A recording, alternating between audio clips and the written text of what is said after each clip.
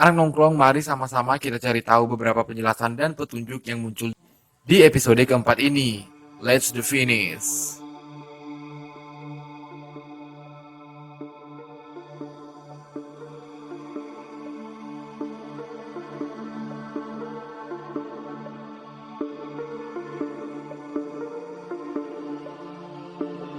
Setelah mengambil mobil milik Bill dan beberapa persediaan, Joel dan Ellie melanjutkan perjalanan mereka menuju Wyoming.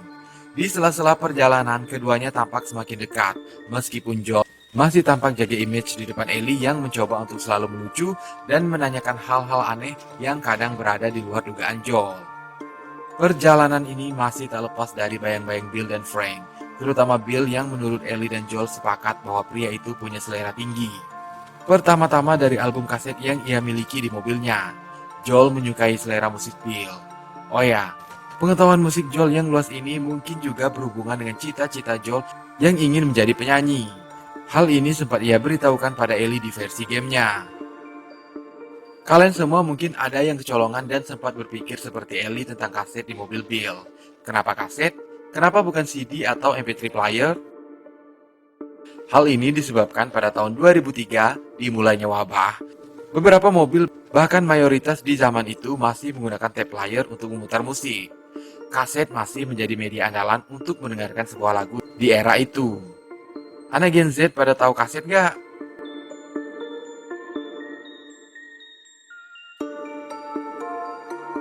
Masih ngomongin tentang seleranya Bill. Selain musik dan pilihan mobilnya, pria itu juga punya taste yang bagus dengan lidahnya.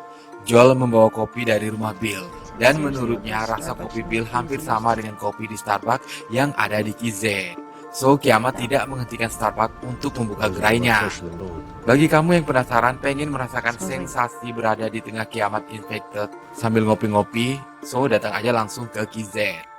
Jangan lupa kasih tahu nama kamu dengan benar, siapa tahu baristanya salah nulis nama seperti yang biasa mereka lakukan. Lanjut lagi gibahin si Bill. Ia juga menyimpan makanan super enak yang membuat Ellie makan dengan rakus, yaitu beef ravioli Chip Boyardee yang berusia 20 tahun. Anak nongkrong, dalam episode keempat ini kita juga kembali dikasih spill oleh Joel tentang Infected. Ketika Ellie ingin menghidupkan api saat mereka berhenti untuk tidur sebelum melanjutkan perjalanan, Joel mencegahnya. Ellie mengira Infected akan terpancing karena adanya api. Namun Joel mengatakan Infected tidak sepintar itu. Ia hanya takut akan ada orang yang datang. Selain itu, menurut Joel, tempat mereka sekarang terlalu terpencil untuk Infected. Hal ini menjelaskan mengapa sepanjang episode 4 ini kita tak melihat adanya Infected. Kesimpulannya, Infected tidak berkeliaran di sembarang tempat. Mereka juga tak terlalu bereaksi terhadap sesuatu seperti api. Beda dengan zombie yang mudah ke-trigger dengan hal-hal semacam ini.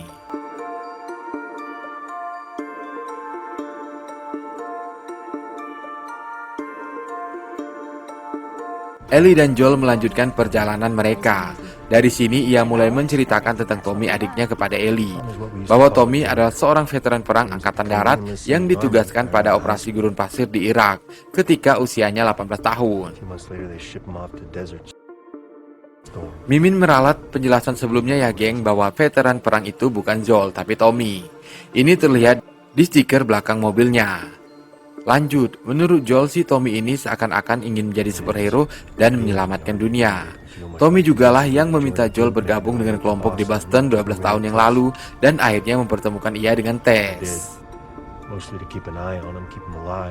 Tommy kemudian bertemu Marlin yang merekrutnya menjadi anggota Fireflies. Namun pada akhirnya ia keluar. Selama ini Joel selalu menjaga Tommy dan memastikan ia tetap hidup. Ada satu kalimat Ellie yang cukup men-trigger ketika ia mengatakan, "Jika menurutmu tak ada harapan di dunia, mengapa repot-repot berusaha? Karena kau harus mencoba, bukan?"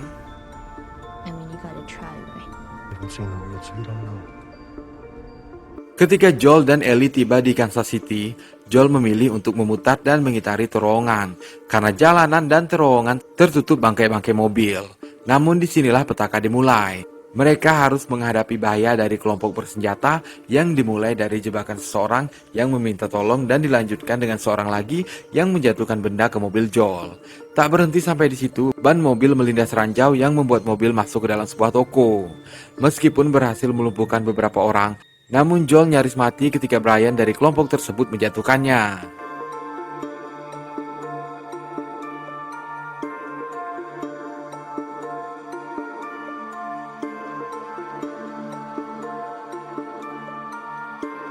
Beruntung sebelumnya Ellie diam-diam memasukkan pistol ke dalam tasnya dan menyelamatkan Joel dengan menembak kaki Brian. Sebenarnya Ellie memaksakan diri untuk melakukan hal itu. Bahkan ketika Joel membunuh Brian, Ellie menangis. Namun ia mengatakan bahwa itu bukan pertama kalinya ia melakukannya. Scene ini ada dalam versi gamenya. It wasn't my first time.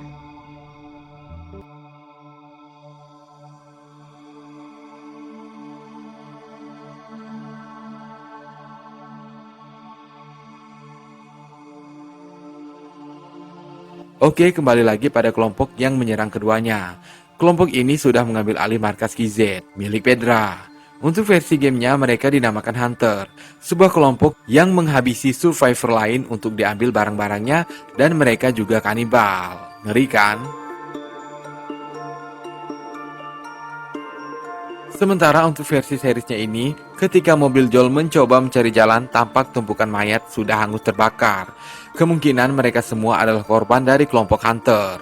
So, meskipun di versi seriesnya ini, mereka mungkin bukan kanibal, namun kesadisan Hunter tak kalah mengerikan dari versi gamenya.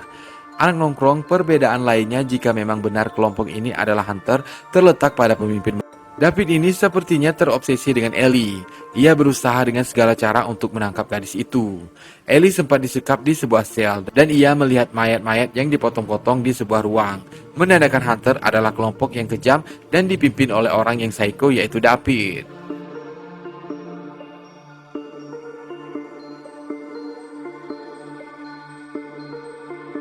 Sementara untuk versi seriesnya ini, kita disisipkan tentang motif orang-orang di sana mengambil alih KZ dari Pedra. Melalui percakapan Caitlin dan seorang dokter yang mereka tawan, sepertinya mereka semua pernah berada di bawah kekuasaan Fedra.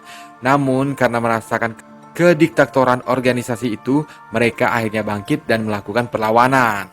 Hal ini salah satunya terlihat saat Caitlin menanyakan tentang Henry, seseorang yang mereka cari karena ia menduga Henry telah memberitahukan keberadaan kakaknya yang membuat saudaranya itu dipukul sampai mati oleh tentara Fedra. I wonder if this is the cell where my brother was beaten to death. Tak kalah kejam dengan David, Caitlin memerintahkan anggota kelompoknya untuk membunuh orang yang masuk ke kota mereka dan menyebabkan beberapa anggotanya tewas. Ia mengira Joel dan Ellie adalah orang yang membantu Henry. Pada akhirnya, Caitlin menembak mati si dokter tanpa belas kasihan. Meskipun sebenarnya dokter itu adalah dokter yang membantu kelahirannya. Gak ada hati banget kan? Ketika Caitlin dan anak buahnya menemukan jejak keberadaan Henry dan Sam adiknya, wanita itu kemudian ditunjukkan pada sebuah ruangan di mana lantai ruangan tersebut retak dan bergelombang. Dan yang lebih mengerikan lagi, lantainya bergerak-gerak seakan ada sesuatu yang akan keluar dari sana. Mereka kemudian mengunci ruangan tersebut tanpa ketakutan. Caitlin juga mencegah anak buahnya memberitahukan hal itu pada anggota yang lain. Sepertinya ini adalah hal yang serius dan sangat berbahaya. Kemungkinan ini adalah infected yang telah berevolusi, yaitu bloater. Untuk kalian yang belum tahu apa itu bloater, sudah kita bahas dalam konten penjelasan TLOU sebelumnya. Link ada di deskripsi, atau klik link di samping kanan atas. Mengapa Caitlin dan anak buahnya ini tampak ketakutan? Kemungkinan jika memang ini bloater dan akan keluar dari tanah, bisa menjadi ancaman serius untuk kelompok mereka. Bloater ini sangat ganas, tak mudah dilumpuhkan dengan tembakan atau senjata tajam.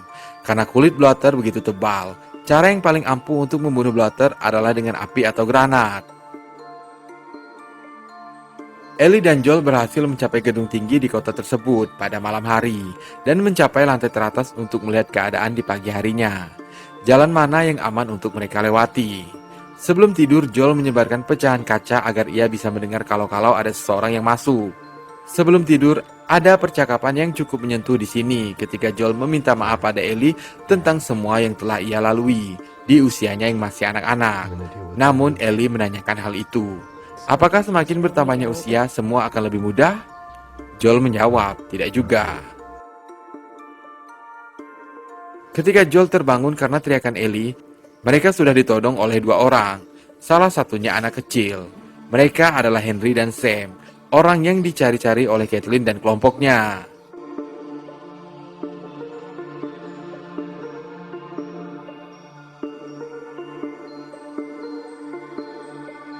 Di versi gamenya, kedua orang ini adalah kakak beradik yang akhirnya membantu Ellie dan Joel keluar dari wilayah kelompok Hunter. Keduanya juga punya tujuan yang sama dengan Ellie dan Joel, yaitu menemukan Fireflies. Namun di tengah-tengah perjalanan, Sam tergigit oleh Infected. Karena hal itu, Henry putus asa dan menembak dirinya sendiri. Sungguh tragis.